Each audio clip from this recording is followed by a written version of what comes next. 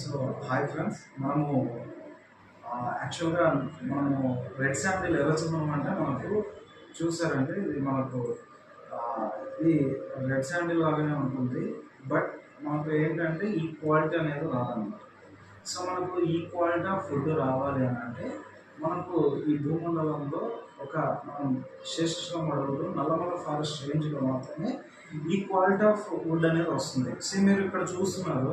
So రెండు కూడా ఎర్రచందనమే అయినప్పటికీ కూడా మనకు ఇలా మొద్దు వస్తుంది. కానీ ఎర్రచందనం అంటే యాక్చువల్గా ఎర్రచందనం అంటే ఇదనమాట, ఇలా రెడ్డిష్గా ఉండాలి. సో మీరు ఇక్కడ చూడండి, మనకు చెట్టు వచ్చింది, మొద్దు వచ్చింది, చెట్టు పెరిగింది, కానీ లోపల మనకు హార్డ్వుడ్ అనేది ఈ రేంజ్లో ఉంటుంది అనమాట. సో మనకి ఎప్పుడు కూడా this is the not red sand. ఇది కేవలం మనకు మంట వేసుకోవడానికి, చలి మంట కాపుకోవడానికి తప్ప దేనికి పనికిరానటువంటి. యాక్చువల్గా మనకు ఎర్రచందనం అంటే ఇలా ఉండాలి. సో ఇలా రావాలి, ఈ క్వాలిటీ ఆఫ్ ఫుడ్ ఉంటేనే మనకు ఇది ఎర్రచందనం కింద పరిగణించబడుతుంది. సో ఇది మనం చేంజెస్ చూడాలి.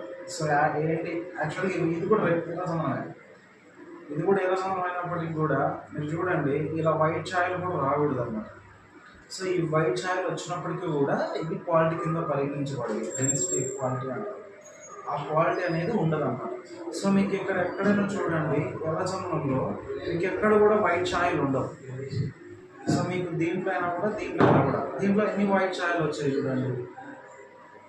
జూమ్ చేసుకోండి ఒకసారి, దగ్గర జూమ్ చేసుకోండి. సో ఇవి చూడండి ఎంత వైట్ ఛాయలు వచ్చాయి.